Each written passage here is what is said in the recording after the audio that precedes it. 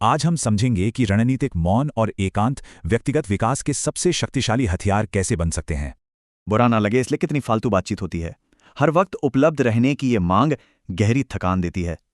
ध्यान दें, ये सामाजिक थकान कमजोरी नहीं है, ये बस अपनी मानसिक ऊर्जा दूसरों पर खर्च करने का नतीजा है। एंड्रू कार्नेगी जैसे दिग्गजों ने भी बहुत बोलने के बजाय मौन को एक सोची समझी रणनीति की तरह इस्तेमाल किया था। हेनरी फोर्ड को ही देखें, बड़े फैसलों में स्पष्टता के लिए वो भी हमेशा अपने बगीचे में एकांत ढूंढते थे। यहाँ समझना बहुत जरूरी है कि अकेलापन और एकांत, इन दोनों के बीच एक बड़ा और गहरा अंतर है। अकेलापन एक कमजोरी है।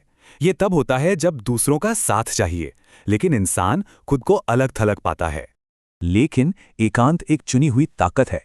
ये दिमाग को गहरी सोच में उतरने का एकदम सुरक्षित संकेत देता है। सफलता के ये तीनों स्तंभ आपस में गहराई से जुड़े हैं। एक भी टूटा तो बाकी दोनों कमजोर पड़ते हैं। मौन ऊर्जा बचाने का अभ्यास है। इससे भविष्य में बोले गए शब्दों का वजन और विश्वसनीयता बढ़ जाती है। बिना स्पष्ट लक्ष्य के एकांत अवसाद बन जाता है और मौन धीरे धीरे पूरी तरह से अलगाव बन जाता है।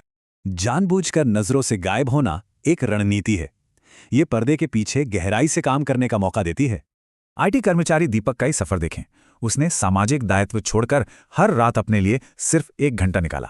नतीजा, रोजाना सिर्फ 1 घंटा देकर उसका फ्रीलांस काम जल्द ही उसकी कॉर्पोरेट नौकरी से आगे निकल गया। शुरू में अकेले बैठना असहज लग सकता है, लेकिन ये बस दिमाग के शोर से डिटॉक्स होने का संकेत है। इस विचार को 21 दिन के आसान प्रयोग से आजमाया जा सकता है। इसमें रोजाना सिर्फ 1 घंटा लगता है। इन 3 स्टेप से सच्चे लक्ष्यों से जुड़ने और मानसिक शोर को पूरी तरह मिटाने का बेहतरीन मौका मिलता है। लेकिन सबसे जरूरी नियम है इसे बिल्कुल प्राइवेट रखना। सोशल मीडिया पर इसके बारे में कुछ नहीं बताना है। लक्ष्यों का दिखावा करने से दिमाग को झूठी संतुष्टि मिलती है, जिससे असली प्रेरणा पूरी तरह खत्म हो जाती है। इस शांत अभ्यास के प्रति सच्ची प्रतिबद्धता इंसान के अंदर से बाहर तक एक बहुत गहरा बदलाव लाती है। तो अंत में सवाल यह है, एकांत, मौन या दिशा? आज इन्हें अपनाने में सबसे बड़ी रुकावट क्या है?